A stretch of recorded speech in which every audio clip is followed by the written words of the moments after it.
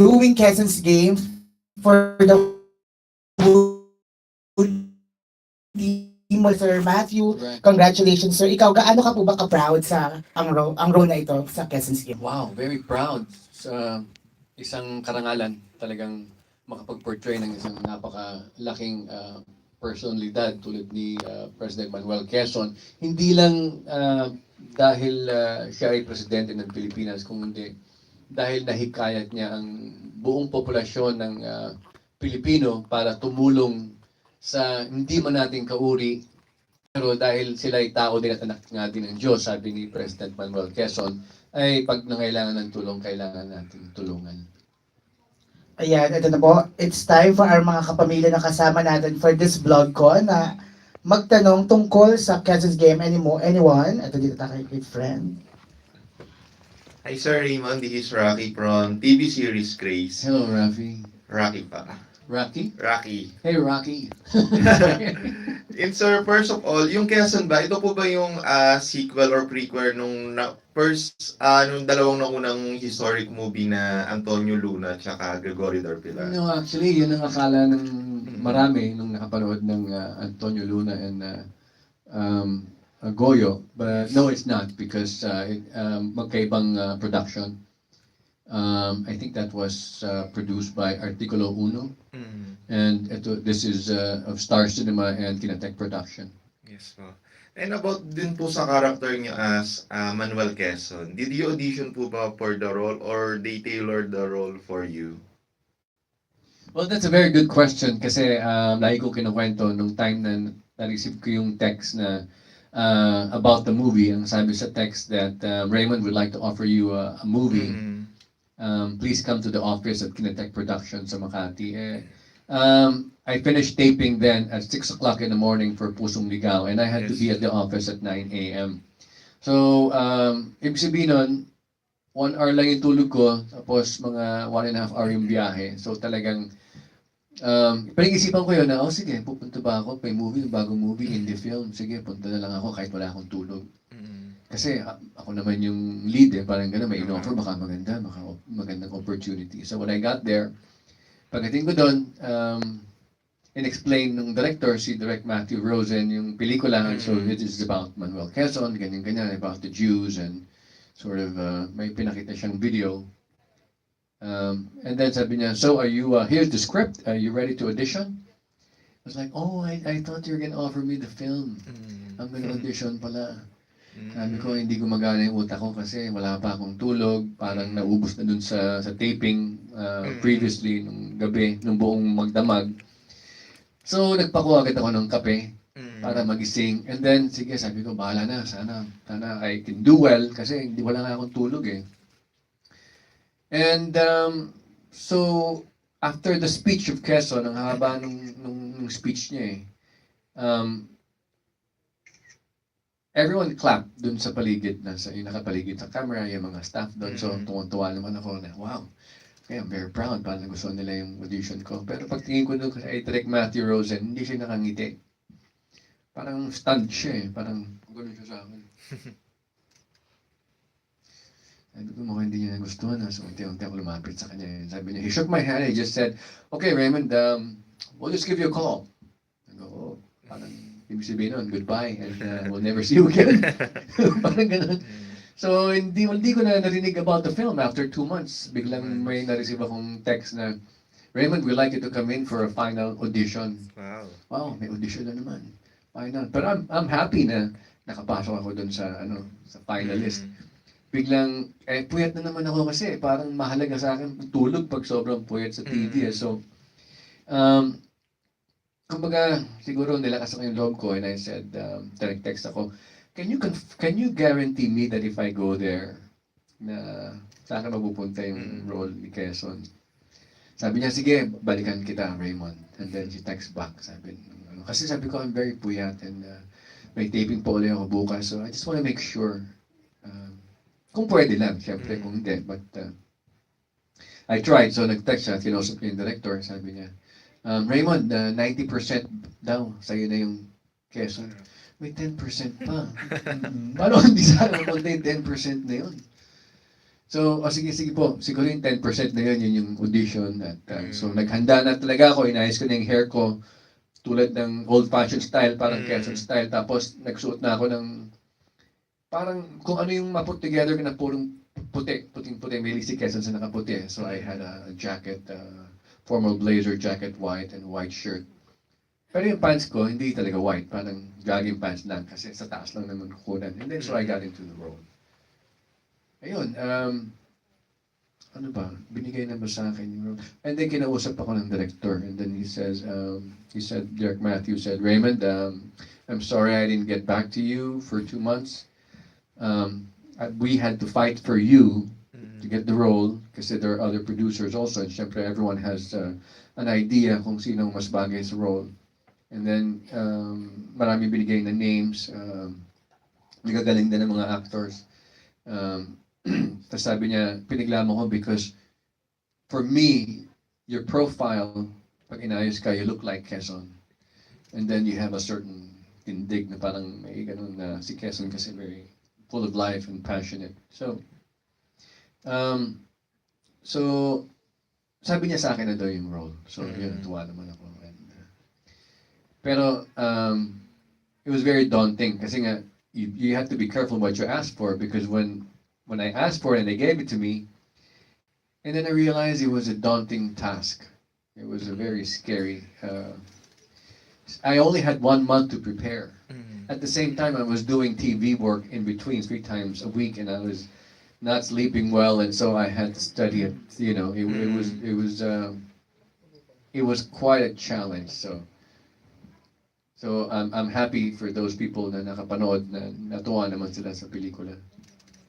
You know. And for my last question po, when you landed the role na ng Quezon, ano po yung preparations nyo and adjustment na ginawa nyo since on that time, di ba, galing po kayo sa pagiging kontrabida sa Pusong Ligaw. Yeah. Then meron kayong Araw Gabi din na Right. medyo bida. So paano nag-shape ang character nyo from kontrabida na bida sa Araw Gabi then to Quezon? Ano po yung mga preparations and trainings na mga ginawa nyo? It makes for a very confused individual. So being an actor that jumps from one role to another, it's pretty confusing. You really have to focus, and it's not easy because you carry your role with you. So sometimes if you're juggling a couple of projects, and then this one you are a villain, and then you go to the other one you're a good guy, somewhat may dala ka pang pagka-villain. Doon sa isang good guy mo, may mga ags kang dala-dala, you know, so, and you have to be aware na, oh, wait, teka, sa kabilang role to pala, you know, and I had to make, I was very lucky nung nag-shoot na yung Quezon's Game, na natapos na yung Pusong Ligaw. So that was my big break, kasi baka hindi ko magawa ng maayos yun kung lagi akong puyat. Pero right after yun, sir, di ba nag-Araw Gabi din kayo? So Yes, another busy ulit? Yes, nag-busy ulit. And sakto yun, yung Araw Gabi happened right after. So parang divine providence siya. So Pusong Ligaw ended, but I auditioned during Pusong Ligaw. And then Quezon's Game started to shoot. Na-delay pa yung Araw Gabi. And right after ng Quezon's Game, nagtuloy na yung Araw Gabi. So it worked for me. I thank God that it, you know, kasi iba talaga yung focus ng Quezon. Hindi ko magagawa yun tulad ng ginagawa natin sa mga teleserye. Lalaroin mo lang. This one, masyado malaki yung character, masyado siyang kilala. Historical, at hindi lang siya intelihente, makilos siya, magaling siya magsalita, may his diction, he has Spanish diction, he has an American twang because we were under the Commonwealth of the US. Right, and he also speaks Tagalog, so he was moving towards Spanish, Tagalog, and English. So it wasn't easy, and then I read as much as I could on Google about just specifically yung time ng when they were trying to save the Jews during the Holocaust period, and then I studied his YouTube, and I would turn off my phone. And I would have a picture of him right next to my bed. So when I sleep, siya ang huli ko nakikita. When I wake up, siya yung una ko nakikita. During my day, sa araw, ang kahanap ko lang script, paulit-ulit. Kasi maraming revisions yung script. And the script is really matatas sa English. and sa Tagalog, and being president, diretso siya magsalita. On point, diretso, walang paligoy-ligoy, walang pa-break-break na katawan. Basta diretso presidente siya. Hindi lang ng Pilipinas, ngunit representative siya ng Amerika. So iba yung kailangan niyang dalhin. Okay, sir. Thank you po. Haba nung sunod. Yes. Thank Thank you. you, Sir Raymond. Thank you din, Sir Raymond, for taking us to that journey. Hello, diba? Doreen. Na, Amelia. di ba, sobrang hirap pala yung process, no? Sir Raymond Bagatsing nag-audition for the role, di ba? Parang ganun. Kaya naman, for someone to wish this industry na magsara, no? Ay, bigla tayo sumegoy sa gano'n. Di ba, sir? Parang hindi naman para dapat. Pero kasi di ba, pinaghihirapan ng mga cast natin yung mga roles na napunta sa kanila. Pero sir, para sa inyo po, sir, at this point, paano kaya magkaroon ng appeal itong pelikula natin, Quezon's Game, sa mga millennials? First of all, and is a lot of fun. And if you're speaking of millennials, I noticed our population the millennials and even small children. It doesn't matter kung saan yung school, mga Inglesero lahat. And because of that, they can relate with him. His English is impeccable, and his charm is impeccable, and his intelligence is impeccable, and his love for his wife and the way he treats people is amazing. He's totally there, and the filmmaking is amazing. The millennials I'm sure they love Netflix and they watch a lot of Hollywood films.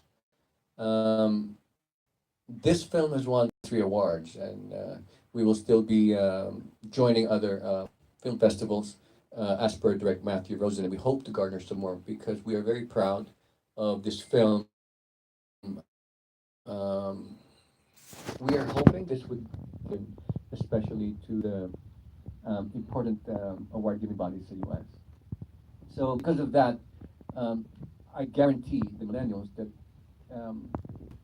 not just for the story and not to bore them with a documentary about history, it is an amazing film that they will enjoy, that they will be moved by, and they will be proud of when they leave this film. Thank you, Sir Raymond. The next set of questions naman magagaling kay Trixie daw. Hello, Trixie. Hey. Hey, hey, you millennial girl.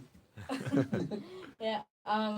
So which was more difficult for you to play Nick Joaquin or Kazan? Wow. They're very different and they're both very difficult because they're both bigger than life. Nick Joaquin is also very intelligent. He's an intellectual. Of course, he's our national artist for literature, and he wasn't totally uh, uh, male. I mean, that's my interpretation of it.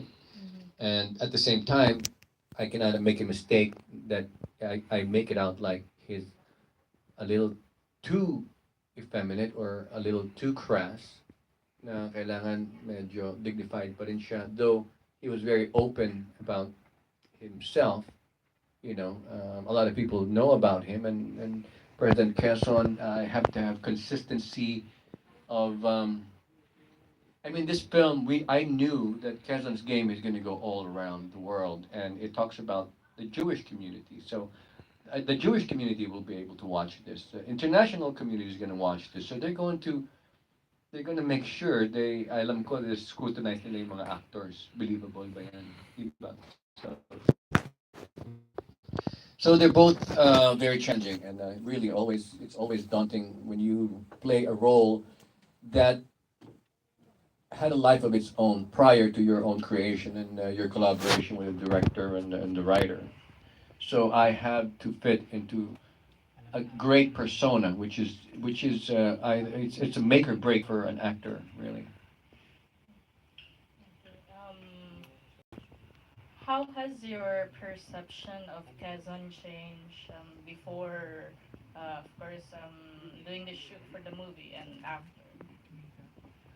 Has my perception changed? Kasi hindi ko kilala masyado si President Manuel Quezon. I only found out about him nung in-offer sa akin yung film na nag-research na ako. All I knew was about Quezon Avenue. I knew there was a President Quezon. I knew Quezon Memorial Circle. I didn't know how grand he was. His personality was amazing. He was like a poet. He was romantic, but yet he loved to play poker and have a have good times with his friends, and he loved his friends, and he had a lot of really amazing dimensions to him as a human being. If you're gonna choose, which three historical figures do you want to play? They don't have to be Filipino. They can be, I don't know, any Historical nation. figures. Yes. Tony Stark. His history now. He passed away, so I'd like to play him one day. The Avengers. It's a big Avengers Yeah. fan. Um, I've always wanted to play Andres Bonifacio. That was played by Mr. Robin Padilla. He did a great job.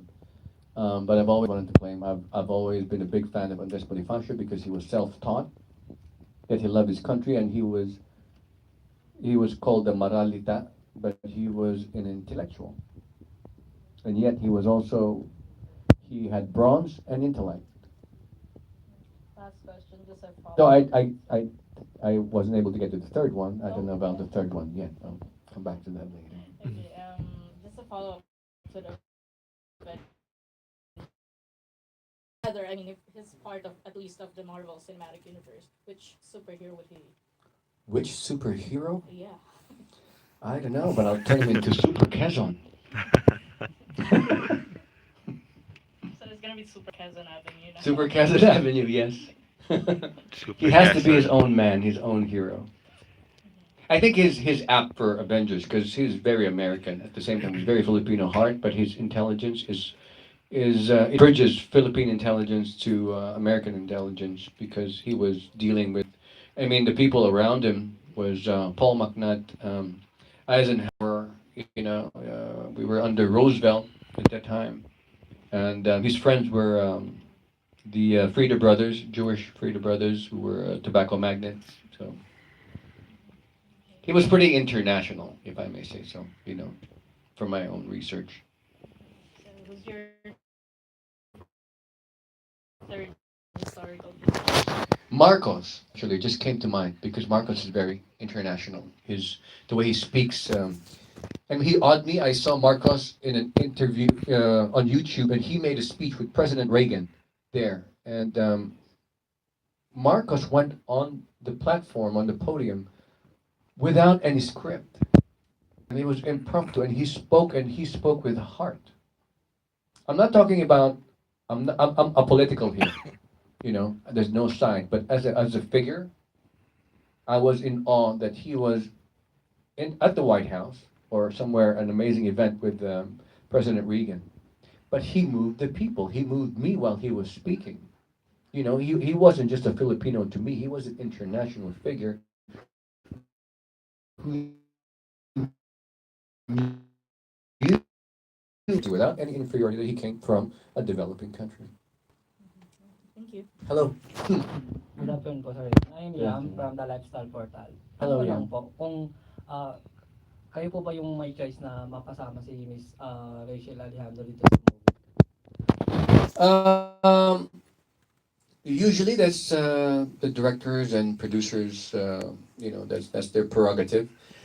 But I like that direct Matthew Rosen asked me what I thought. It's not really I don't like to give an opinion, but it's really what I feel. So when she auditioned, so I read with her yung script, yung dialogue, and yung feeling ang ino-observe ko sa sarili ko yung feeling namin kasi she was auditioning for Miss Aurora. But they just had different takes on the role, different energies, and Rachel has more a quiet exchange with me than the other actors. They're both good, and they're both there and present. But I feel I like the quietness exchange of my reading and Miss Rachel Alejandro because President Manuel Quezon is an intellectual. He's also a very sociable. Um, but it was very important for me also to show his heart with his family and with his wife. So he can always Okay, on the outside, he is a president, and he has a presence as a president. But I like stillness when it comes to an exchange with a leading lady or with a co-actor because it brings out vulnerability. So I was going for that as president.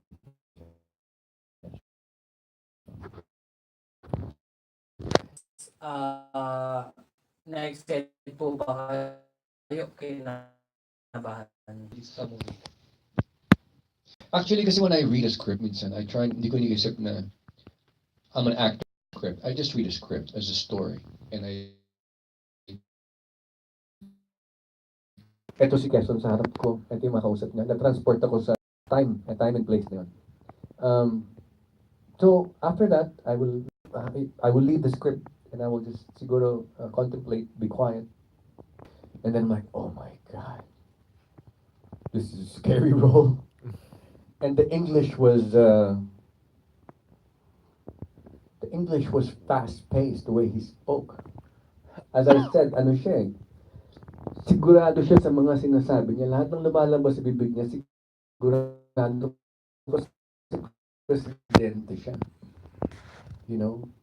And maraming English po dito. If not, I think it's more than 50% English. So wag po matakot yung mahilig sa Tagalog kasi meron po kaming subtitle. But for the millennials who loves English, they're gonna enjoy this. And the English is not old-fashioned, as I said, if President Manuel Quezon alive today, he will be a superstar. That's what I believe. He will be a superstar president. You know, he will be like, for me, Obama at one point was a rock star. You know, everyone had him in their T-shirts, and so I would feel Quezon would be the same. Thank you po. You're welcome. Thank you. Kay sir naman sa tabi. Thank you. Go, sir. Good afternoon, sir. Good afternoon Si po. Conrad Gadi ng WhatsApp.ph. Kumusta po, Mang Conrad? Ayos naman. Raymond, nung nabasa mo nga yung script tungkol sa buhay ni President Quezon, pagkakalam natin si Manuel Quezon namatay sa tuberculosis. Opo.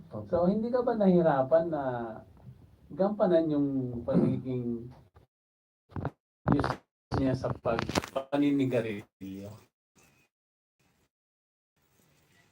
Nahirapan po ako sa naninigarilyo. Ayun, yun po yung gusto ko. Minsan po may mga eksena na nahihilo na ako, hindi ko maalala yung lines ko kasi tobacco po yun. Yun po Tapang eh. So, ang hirap i-met kasi he died of tuberculosis, which means met talaga siyang yun ang po ang Yun po. tatanong ko. Umpisa, what they use nung umpisa po is tobacco, yung totoo. Ang hirap po kasi nakakahilo at iba yung lasa. So, nung sa filming na, kasi nag-rehearse kami and everything. And then we realized maganda yung vape. Tinago namin sa loob ng tobacco yung vape. Yeah. Tapos tinanggal lang ng nicotine para hindi nakakahilo. So, Kasi alam ko, hindi ka naman talaga naninigarilyo. Hindi po ako Kaya yun ang naninigarilyo. isang ko sa sarili ko na paano kaya nagawa ni Raymond oo. na magawa mong gawin yung Pagtatabako niya. pagtatabako ni Oo. President. Kasi dapat bilang isang aktor, na gawin mo talaga yung kung anong ginagawa nung Yes. Opo, yes. Yes. lalo na presidente siya na Yeah. lagi siyang gano'n na Alam mo, Mang Conrad, I have a funny story about that. Kasi may ginawa akong pelikula sa Spain, yung 1898, Los Últimos de Filipinas. So it was a Spanish film about the last goodbyes of the Spanish soldiers that got left behind during Philippine independence. And I had to play General Luna there. Sa akin sila surrender. And may scene doon na pinagyosan nila ako, pinagsigarilyo nila ako. Yung sigarilyo po walang filter. Tapos camel pa. At gusto nila talagang nasa barracks ako, na parang haba ng hair ko, haba ng balbas ko, parang Che Guevara like. And I was smoking and saying my lines. I was smoking, saying my lines. After a while, I was wondering, hindi ko na maalala yung lines. Spanish yun. Spanish po yung, I had to really get my Spanish together because it was Spanish dialogue. And then after a while, I was like, I'm sorry, I'm dizzy, and I turned green. Naging verde po yung mukha ko. Dahil sa nicotine, may siguro naka-30 ako na yung sigarilyo. Tapos pinaypayan pa ako ng co-actor ko. Binigyan nila ako ng coke. I had to stop. So ganun yung mga nangyayari. So sabi ko parang wag yatang sana mangyari sa Quezon yun. Green po talaga, kulay green daw ako. Siguro ano yun, nicotine poisoning. Yeah. Ayan, salamat ulit. Oh. Thank you. Text mo dito kay sir. Hi. Question naman,